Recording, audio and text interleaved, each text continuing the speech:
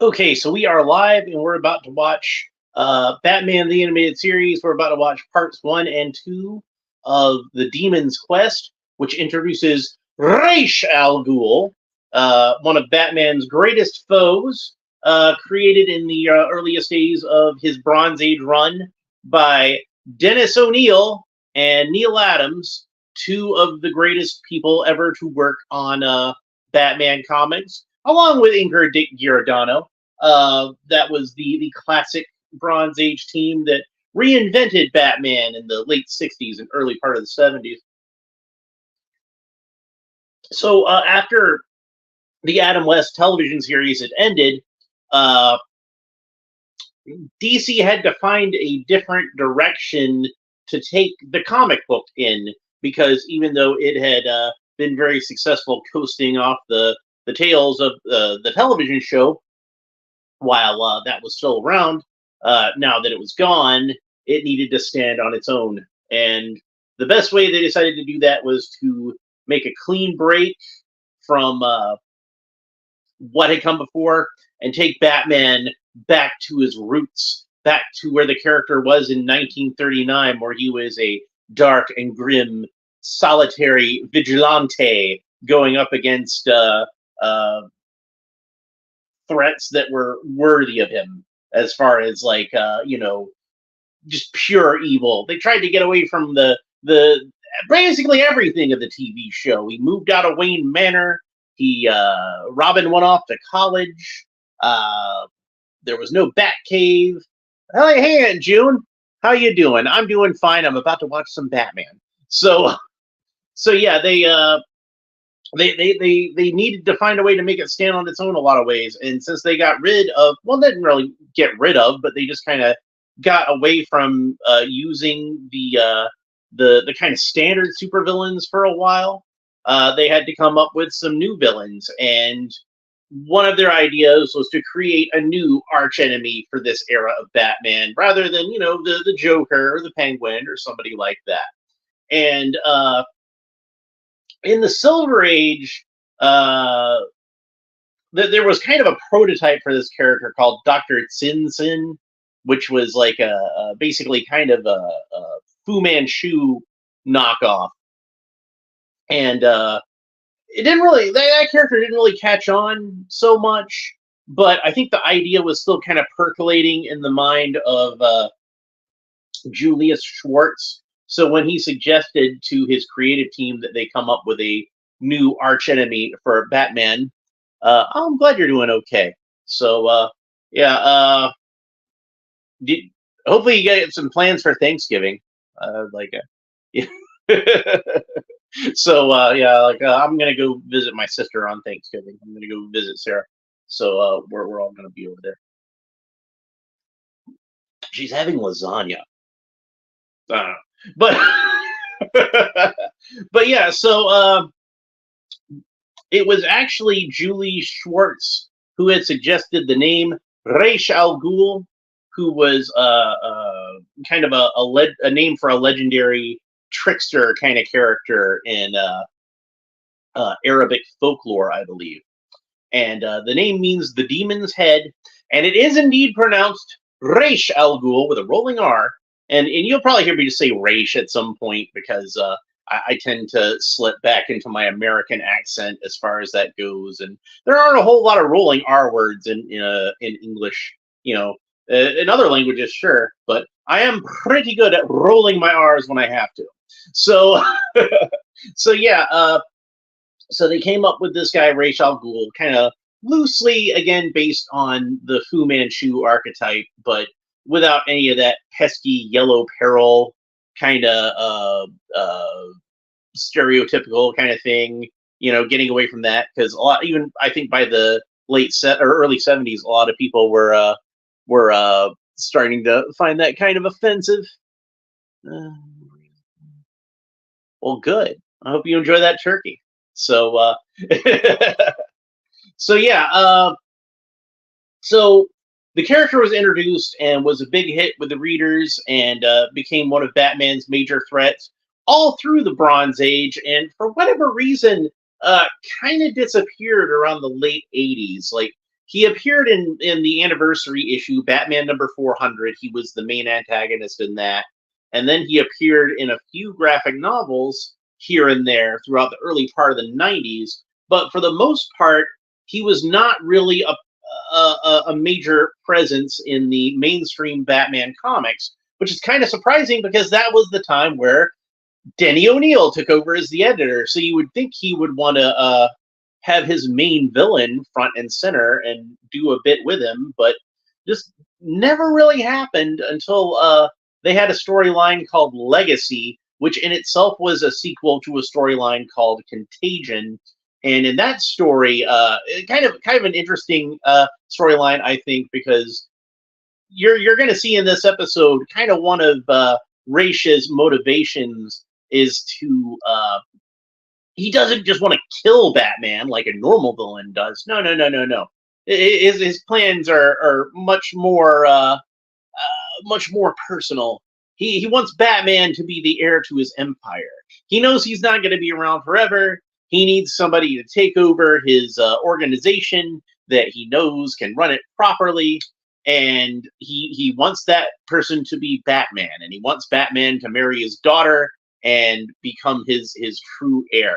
And they kind of expand on that in some of the later comics, like the Grant Morrison stuff, and they introduce the character of Damian Wayne, who is actually the son of Bruce Wayne and Talia, and the grandson of Ra's al Ghul.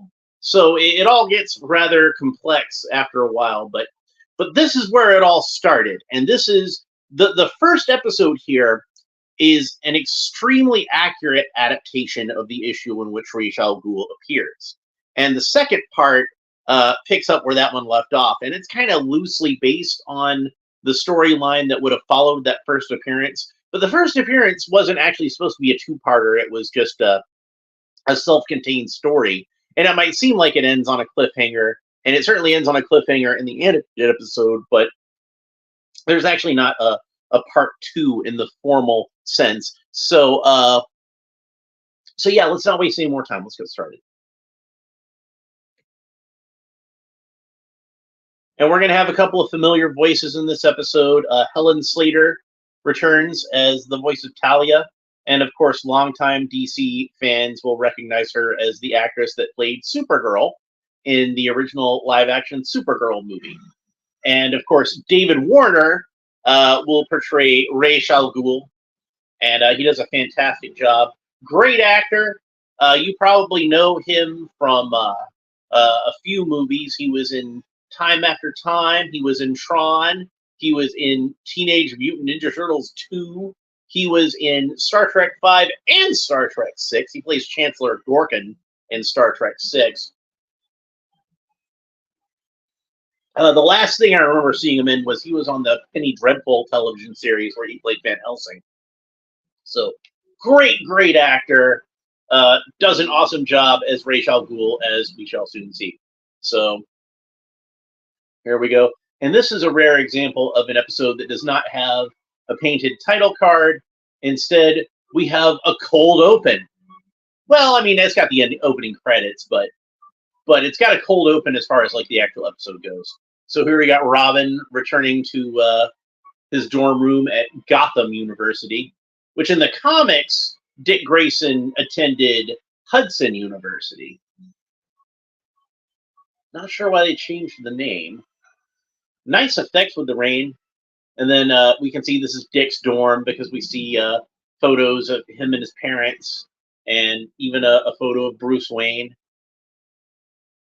And the very first panel of the comic, the very first page of the comic is very similar to this, with Dick coming in the window and being shot. Actually, the shot of him coming through the window is very close to the panel where he gets shot in the comic. And Robin is down.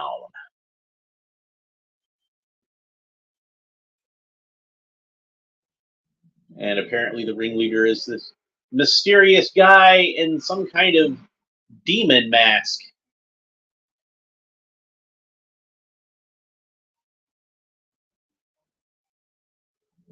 And then we get our title, The Demon's Quest. Written by Dennis O'Neil, the legend himself. Directed by Kevin Altieri. So you know this is going to be some quality stuff. And then we've got our Fleischer Batcave opening. Batman returns from a mission in the Batmobile, or the Batcycle. Where's the Batmobile? I don't know where the Batmobile is. No one has seen Rob or Dick Grayson for 2 days. I really should remain upstairs. Best he called. Oh, by the way, this game you are now by messenger.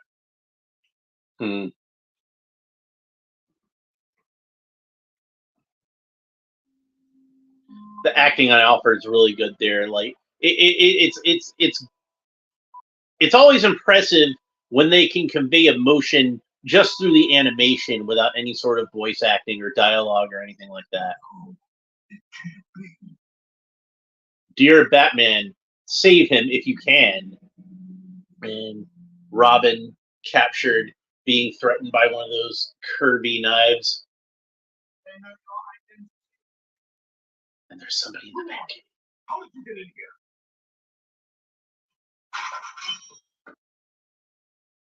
You must forgive Ubu, detective. He's well trained. Allow me to introduce myself. I am he who is called Ra's al Ghul. The Demon's Head. I thought The Demon's Head. I am quite. He puts on the mask, even though he's Ra's obviously knows he's Bruce Wayne, but he still puts on the mask because it's like a psychological thing for Batman. It's something that's been established in the comics by Dennis O'Neil himself.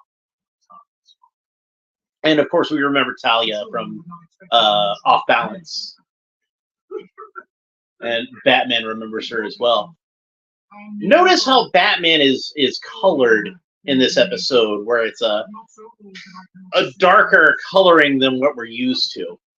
In fact, it's pretty similar to how he would wind up being colored in the comics not long after this. Maybe this was an inspiration for that, where they switched to the darker colors for his post-Nightfall outfit. Enjoy your show. I am watching Pokemon, the series, Black and White. Well, I hope you enjoy that then. All right. So, and this was a bit in the comic too, where he feels that no one should perceive. Call it overzealous. Ubu keeps pushing Batman out of the way anytime he goes to walk in front of Ra's al Ghul. Pay attention to that. I think I'll call that strike one.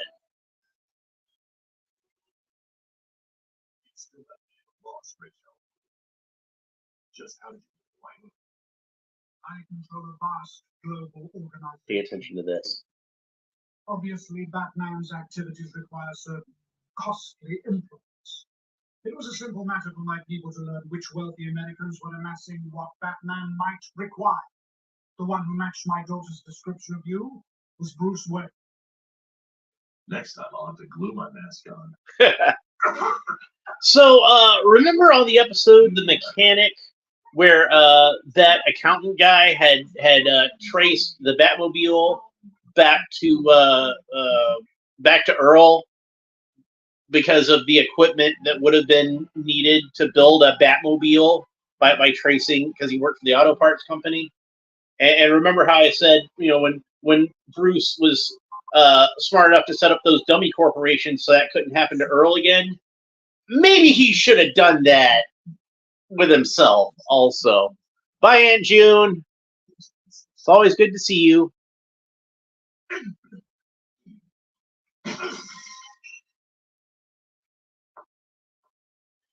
Strike two. Okay, that's two.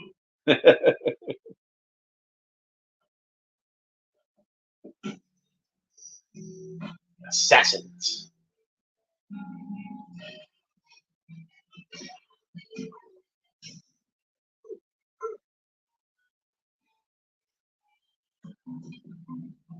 Ra's al Ghul would go on to be in the movie Batman Begins as the main antagonist in that, played by Liam Neeson. Oh, spoilers if you haven't seen that. I meant he was played by Ken Watanabe, and Liam Neeson plays a completely unrelated character named Henri Ducard. Yeah, but in that one, again, stuck close to the comic book story where he wanted Bruce to be his heir to take over his empire to become I guess, the next Ra's al Ghul, since he wasn't literally immortal in those movies. But we wouldn't see Talia until the third movie. Oh, I'm sorry, that character wasn't Talia. That was Miranda Tate. She was a good guy. You guys have seen the Nolan Batman movies, right? You need to watch those if you haven't seen them.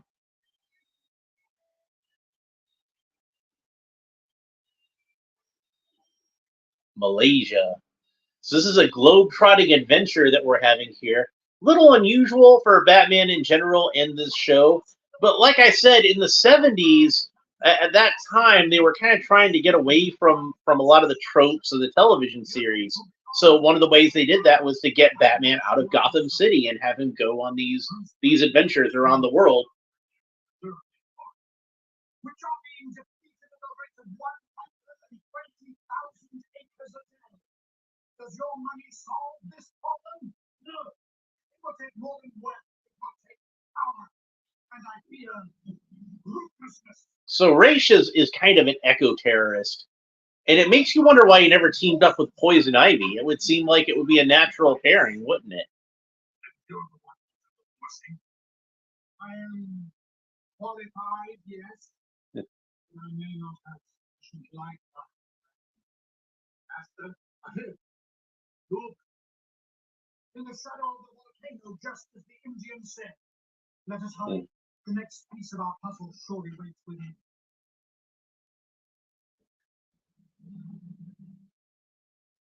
Did you notice how Ubu has no problem with letting Batman go first this time?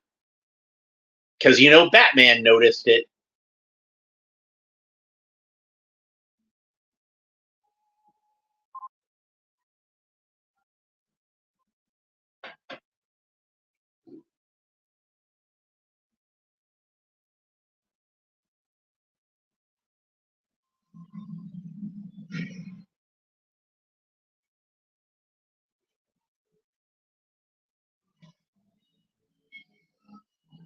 Panther. Intense music. And again, I really like the darker coloring they use on Batman in this episode. It's a shame it doesn't carry over to the second episode.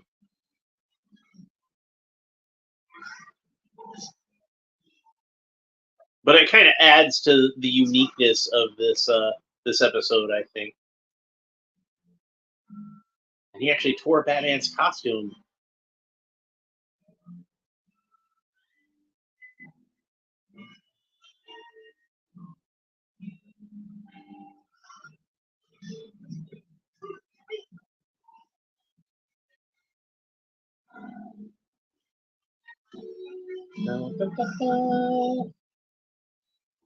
Threw him off with the cape.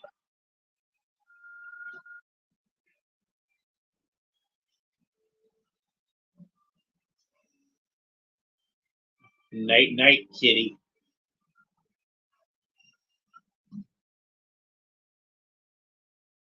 A little bit of red on Batman's pec there. He's actually bleeding. Don't see that too often in the cartoon. And he said, "Sweet dreams, Caddy."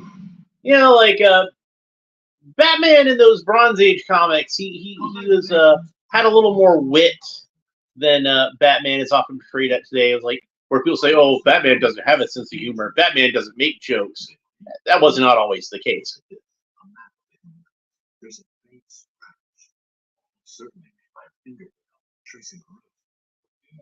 A long finger. Hey, let me see your fingernails there, Ra's. When was the last time you trimmed them puppies? So I will arrange for a helicopter when one is needed. After you. See, he noticed.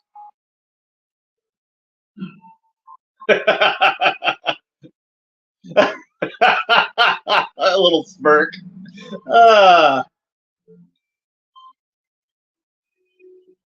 I'll say this again. I love the Ben Affleck version of Batman because he's playing this version of Batman. He's definitely playing an animated series Batman. You must search for clues. If we perceive any danger, we can signal you with. Master, we must get you to one of the pits. Man, Raish needs to like wear a mask and social distance. We must stay on the hunt for the sake of the children. But Batman wearing a parka over his Batman outfit, that's something that came straight out of the comic book that this story is based on. One difference between this story and the comic book story is that during the plane ride, they also work in the comic book story, they work in an adaptation of Batman's origin, which I think was the first Bronze Age retelling of Batman's origin. And it's a pretty simple 2-page retelling with very very close to how they did it in the 1930s. But yeah, there was a lot of James Bond influence on the Batman comics at this time because the Bond movies were still quite popular. Uh, they were a little bit past their heyday, but they were about to get kind of a rebirth with the introduction of Roger Moore, and he would be the Bond of the 70s and 80s. Batman pulling the trick where using the parka as a decoy. And they shot down the copter that allegedly had Raish and Ubu inside.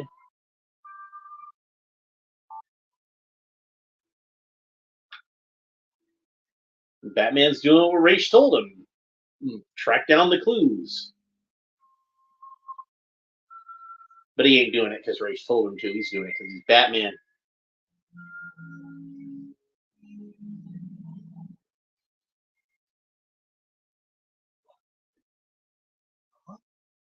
Batman, you okay? I'm glad to see you. I'll have a brief minute. But Willie. Assassins!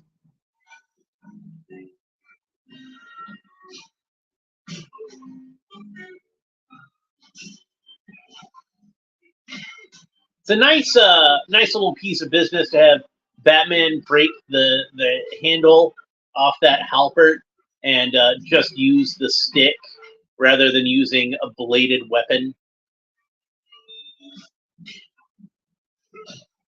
O'Neill is really hardcore on that Batman doesn't kill thing, and anytime he can have a chance to have Batman not use a deadly weapon, he's going to take it.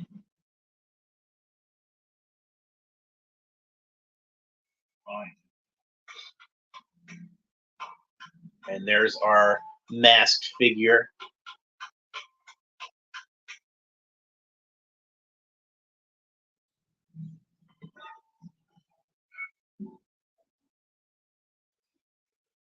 And who is it? It was Ra's al Ghul the whole time! And he would have gotten away with it too if it weren't for that pesky Batman.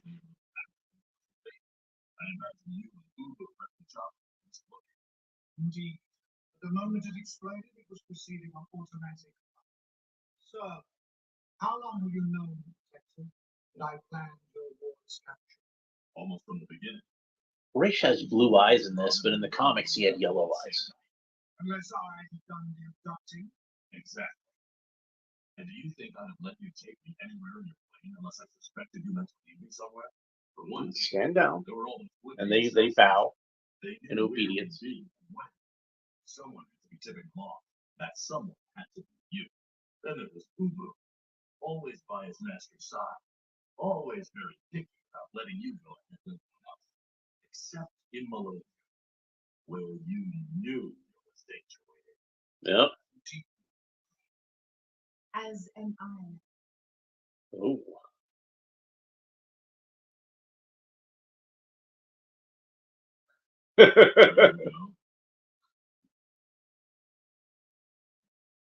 Well, if you say so. Though it was just starting to get interesting. Eh. The master gave him no permission to leave. I didn't ask for it. Oh, he's been waiting for this. And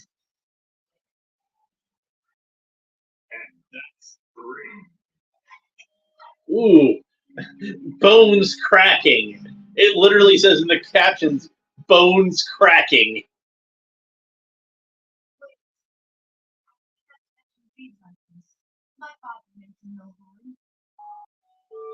He just shot your ward with a dart and kidnapped him. My time is short. I have no son. I need a man to assume my position when I am gone. You might think he's a little old-fashioned or misogynistic for, I need a man to carry on after me, but remember, the dude's like hundreds of years old, so he's a man of his time. Although, frankly, like, Talia can and has done a very good job running Ra's al Ghul's organization at times when he's been away. And this means we must be enemies. You will regret this insult, detective. You will.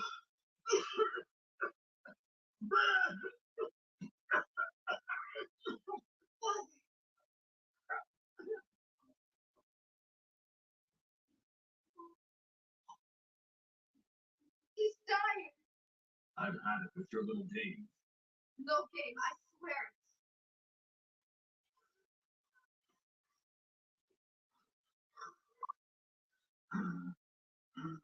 Pulse is there. He can't fake that. Hmm. We must take him to the Lazarus pit.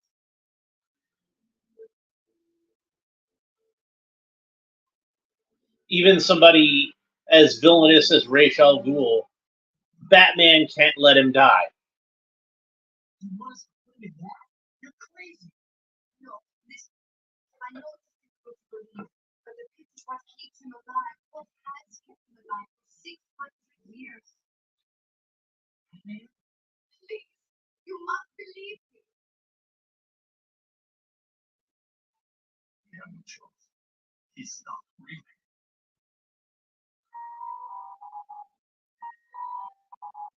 Lowering Ra's into the pit.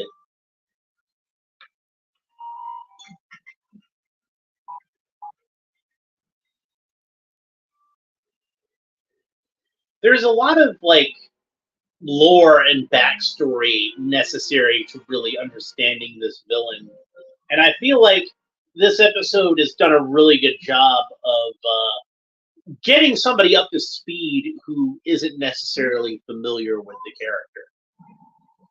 And remember, this was really the first time that we've ever seen Ra's al Ghul outside of comic books.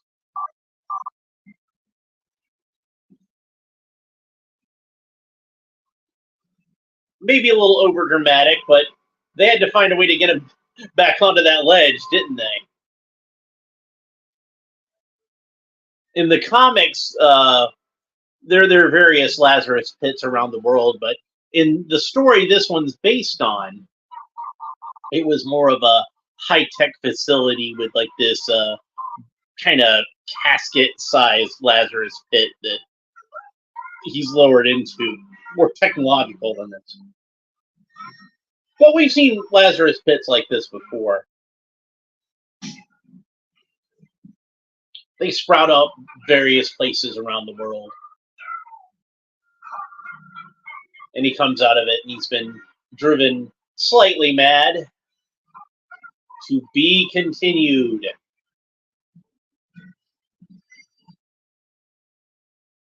Wow, I wonder what's going to happen next. Well, thankfully, we've got the next episode coming up and we can watch it. So I think I'll wait and watch the voice credits on that one because they'll be the same. It skipped ahead. So here we go. Rated TV PG for violence and coarse language. Wow, coarse language. Who would have thought? All right, so here we go with the second episode. I'll go ahead and skip the intro since we already watched it today. You know, I normally don't like to skip the episode, but on a two-parter, I think it's okay. Story by Dennis O'Neil and Len Wein, teleplay by Len Wein, directed by Kevin Altieri. So this one is, again, like I just said, not Denny O'Neil by himself, but Len Wein lending a hand. And of course, he's another of the great Bronze Age Batman writers, and also had his own run as an editor on Batman comics. Actually, right before Denny had his. And you notice Batman still got those scratches on his shirt.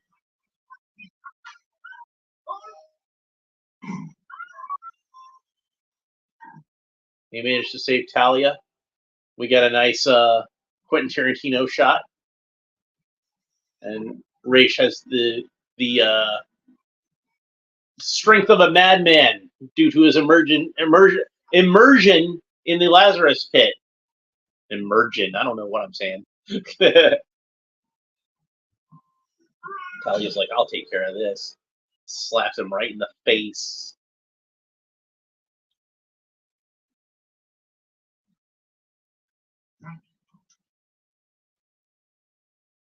And thank you, Detective, for my daughter. You look refreshed by it. You do. But even a miracle such as the Lazarus pit has its terrible price. Yes, it offers physical rejuvenation, but the stress of the transformation leaves one temporarily insane. And no man may reap its blessings. Which is why I must ask you again, Detective. Will you wed my daughter and carry on with me when I am? The answer is still no. You leave me no choice. You see, if you are not with me, Okay, George W. Bush. Only a Sith deals in absolutes.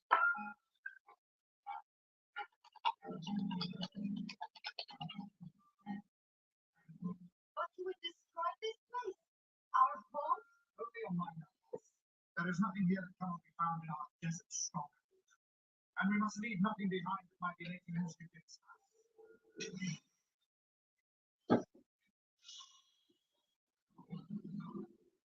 Even the outfit she wears is pretty similar to the one she was wearing in this story in the comics. It's not identical, though.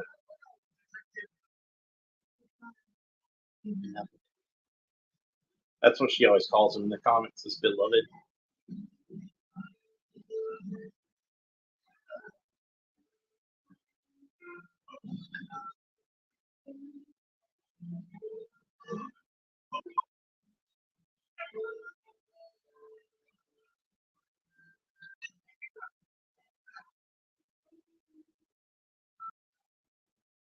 There's a nice bit with the rope there. I believe that's used in the New Adventures of Batman opening credits when we get to those. The whole thing collapsing in on itself. This shot is definitely in the new Batman or the Adventures of Batman and Robin opening credits. It's the last shot where like they're both jumping off of that cliff.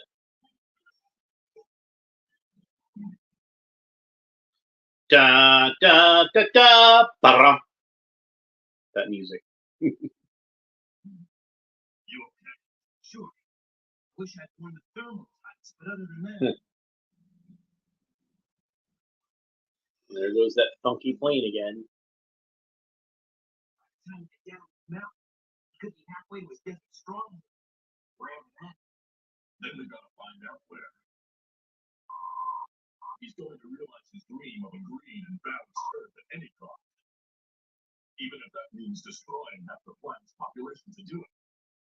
People come first, Dr. Isley. You were in prison for a week. You must have learned something. Well, there was one word I picked several times. Or Orpheus. Yeah, that's it.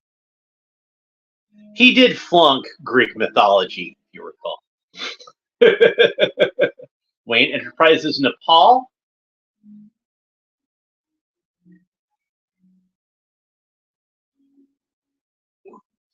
From Greek mythology, he descended into the netherworld to bring his beloved back from the dead. But according to the database, Orpheus is also the name of a privately owned satellite launched into synchronous orbit over a year ago. Coincidence? Yeah, right. What's it orbiting over? What else? A desert. The Sahara Desert. And the exact coordinates have to be Ra's al Ghul's desert stronghold.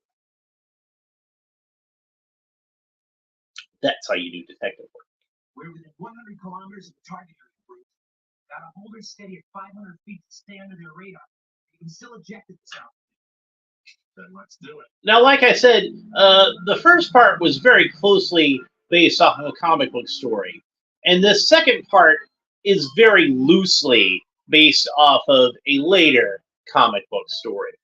But it's one of those things, when you tie them together into one story, you have a story, one has Robin in it and the other one doesn't. So they kind of have to get Robin out of the story. So we're just going to have him, I guess, fly around in the airplane until Batman needs him again. Some nice Lawrence of Arabia type music going on. Joe Camel was really popular around this time for Camel cigarettes. And the desert has very much a Vasquez Rocks kind of look to it. They can't even resist using that thing in cartoons.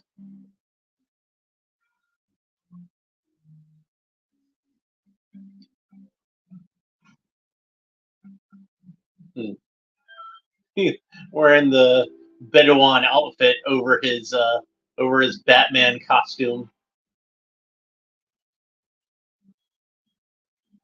And there's the desert stronghold.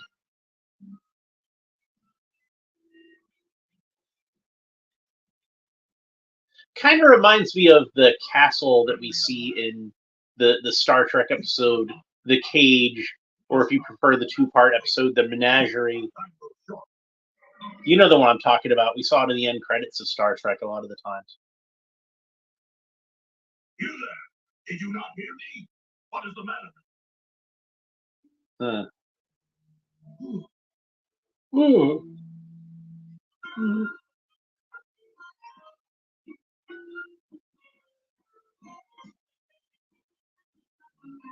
That eerie green glow reminds us of the Lazarus Pit.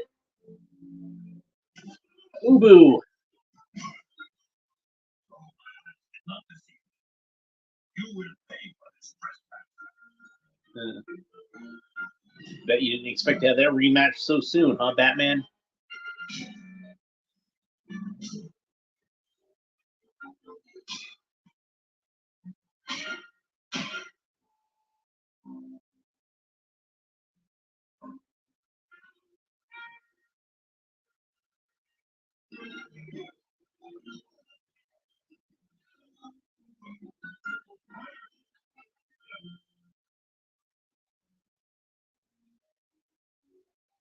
For this indignity, I will see you suffer.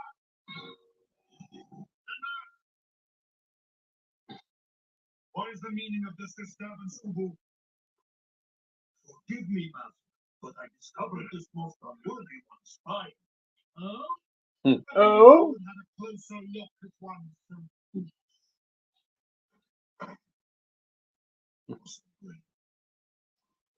Stairs are for the weak. Ra's al Ghul simply jumps from place to place. You, my admiration for you is well. Too bad I can't say the same. Shall I dispatch him, master? No, for now merely relieve him of that cumbersome belt. Oh, and search him. Make certain that he conceals no device which must be interesting. You have nothing to lose by telling me what you're doing here. Yes, I suppose I do owe you that much, Detective, since in many ways you are. Actually, rip his shirt off. You see, I had hoped to achieve my vision of an earthly utopia eventually.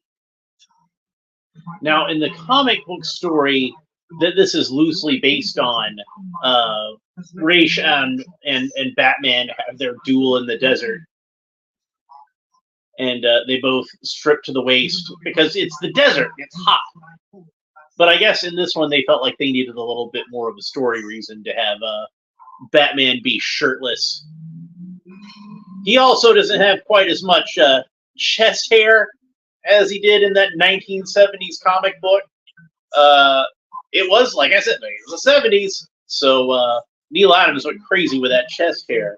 And it was even the sort of thing where, like, Julius Schwartz wasn't even really comfortable with it, and was like, do we really want to have him with the chest hair? And Neil's like, yes, absolutely. Batman has a hairy chest.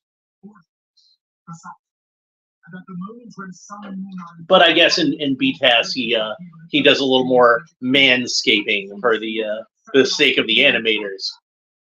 Can you imagine being an animator and having to do every single little chest hair? It'd get kind of tedious. Microwave signal? Like in Batman Begins? Christopher Nolan did his homework. The globe will be saturated with a chemical solution, and when the resultant cataclysm has abated, it will converse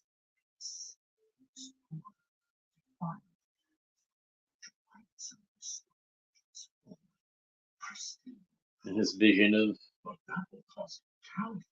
the forests reclaiming the cities. 2,056,986,000. The most impressive. That would have been most of the population of the planet in 1992. Love this line. You are completely out of your mind. That was not the reaction that Ra's was expecting. This time I shall attend to you Huh. Okay, you want to get your butt kicked by Batman with both hands tied behind his back? Here you go.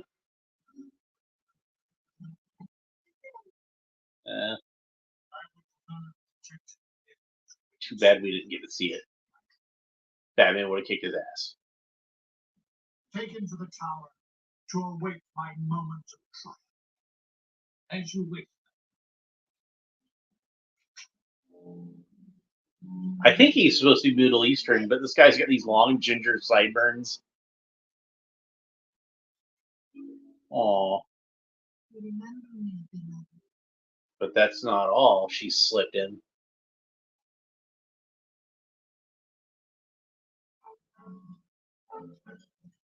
So dangerous. Huh.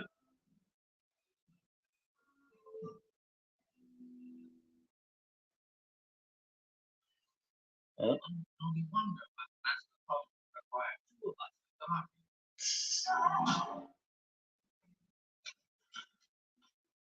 Probably should have left more. I keep talking about how these episodes would have inspired filmmakers like Christopher Nolan and Zack Snyder, but seeing the nipples on Batman's chest, I got to imagine this inspired Joel Schumacher also.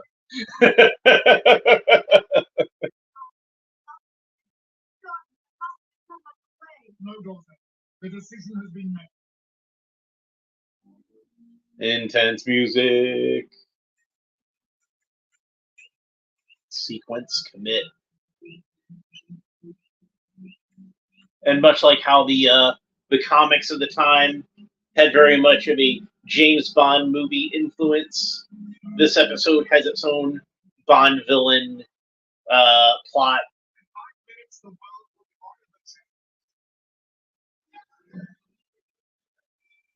But again, Ra's isn't motivated by greed or anything like that. He does want to save the planet. He's wrong-headed, and he very end justifies the means. But he is motivated by noble goals, even if his means are anything but noble.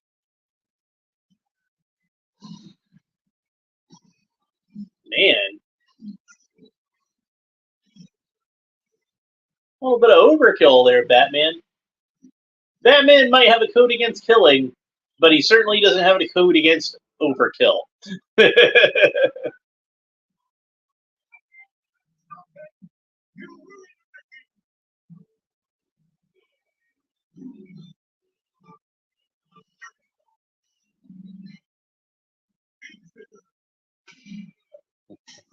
And what Batman's response here?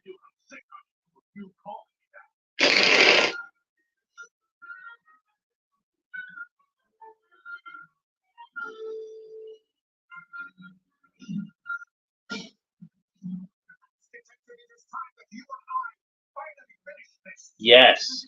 Chance you will have to stop that satellite. Well, are you not enough to face your better? If you insist.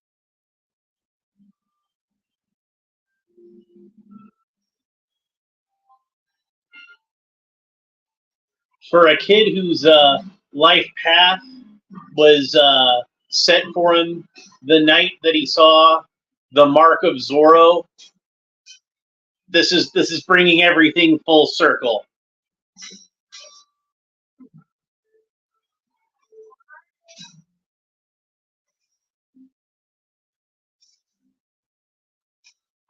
And now we have our classic duel in the desert, as illustrated in the comics by the great Neil Adams, with some inks by Dick Giordano. It appears that we will both finish together, detective. I don't know if anybody could really top the Joker as far as being the archenemy of Batman. But if anybody could do it, it's Rachel.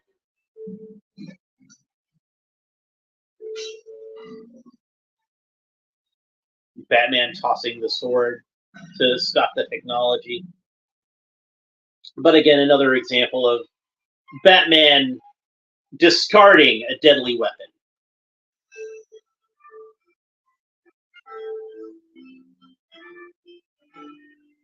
But yeah, again, we see Raish's blue eyes. And in the comics, Raish had yellow eyes, which was something I kind of feel like put him in common with a superhero character, Doc Savage, who had golden eyes. And Batman, as usual, offers his hand to an enemy. He can't let anybody die, but Raish just knows it's over at this point. Victory is yours. Perhaps it is time I am finally one with the planet I so love. He lets go with the sword. The look of contentment as he falls, it kind of brings to mind the later Lord of the Rings movie and Gollum falling into the volcano with the one ring. It's that same sort of look. And of course, Talia has to mourn for her father, who was, a psychopath, but still was always a good father to Talia. She loved him. You must understand, beloved. I share my father's vision and seek the same ends, but I do not choose his means to those ends. I know.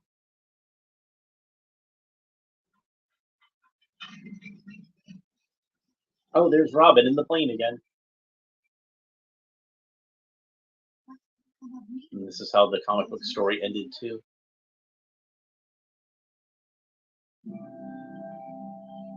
Now, Dennis O'Neil, that's very similar to the shot that Neil Adams drew in the actual comic.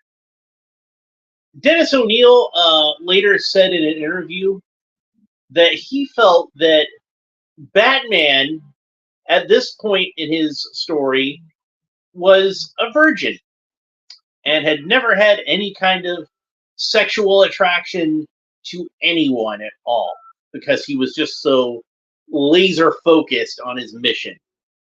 And that Talia was the one who finally had created this awakening in him, that sort of desire to be with another person in a romantic or sexual sort of way. That's a very Steve Ditko style hand there. I like that. Now, I don't know if I necessarily agree with her interpretation, but it certainly is an interesting interpretation. And I like it as far as as far as Denny O'Neil's version of Batman goes, it seems to fit. Although I kind of more subscribe to Steve Englehart's take on on that particular matter. Though it is worth pointing out that his relationship with Silver St. Cloud would have happened after his relationship with Talia, and Batman would have realized, hey, you know what, girls are actually pretty cool.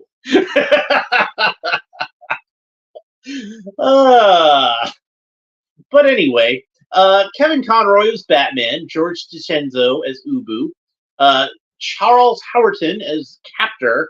I think that was Ginger Sideburns guy.